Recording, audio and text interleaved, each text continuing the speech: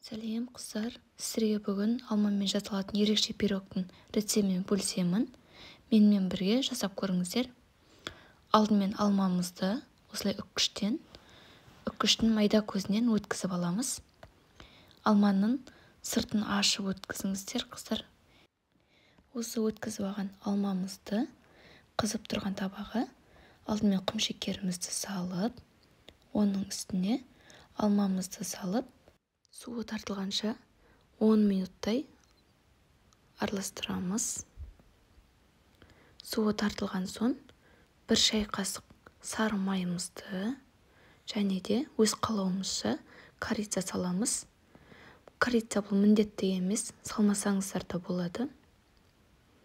Осылайынан бір араластырып, отымызды сөндіреміз. Ендігі кезекте бисквитімізді дайындаймыз. Ол үшін алдымен бір ыдысқа жұмыртқамызды салып, оған құмшекерімізді салып, миксердің жай жылдамдығынан бастап араластырамыз. Жай жылдамдықтан бастап жоғарғы жылдамдыққа дейін көтереміз.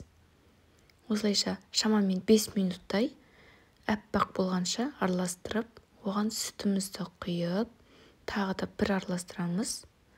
Ұнымызға қобызғышымызды салып, онымен қобызғышты араластырып алып, онды електен өткізіп саламыз, қыздар.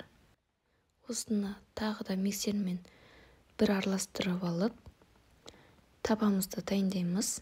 Пешіміздің табасына осылай 4 бұрышты форма болса, сондай формаға салсаңыздар да, или барлық кез келген табаға пісіре берсеңіздер де болады.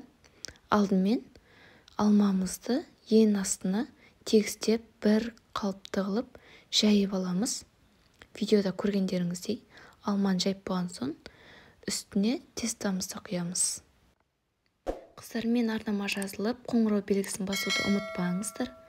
Сіздерге көптеген қызықты рецепттермен бөлісемін.